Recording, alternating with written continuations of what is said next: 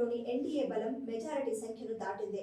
ఇటీవల కొత్తగా 12 మంది సభ్యులు ఏకగ్రీవంగా రాజ్యసభకు ఎన్నికవడంతో అధికార కూటమి మెజారిటీ మార్కును విజయవంతంగా దాటింది.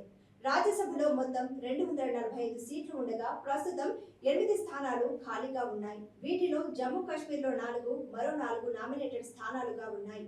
ఇటీవల కొత్త సభ్యుల ఎన్నిక తర్వాత ఖాళీగా ఉన్న 8 స్థానాలను మినహాయిస్తే రాజ్యసభలో మొత్తం సభ్యుల సంఖ్య 237గా ఉంది. ఇక మెజారిటీ సంఖ్య 119గా ఉంది. కొత్త సభ్యుల ఎన్నికతో ఎన్డీఏ ఈ ఫిగర్ ను విజయవంతంగా దాటింది. ప్రస్తుతం ఎన్డీఏ సభ్యుల సంఖ్య 121గా ఉంది. దీంతో పార్లమెంట్ ఎగువ సభలో బిల్లులను ఆమోదింపజేసుకునేందుకు ఎన్డీఏకి మార్గం సుగమం అయింది.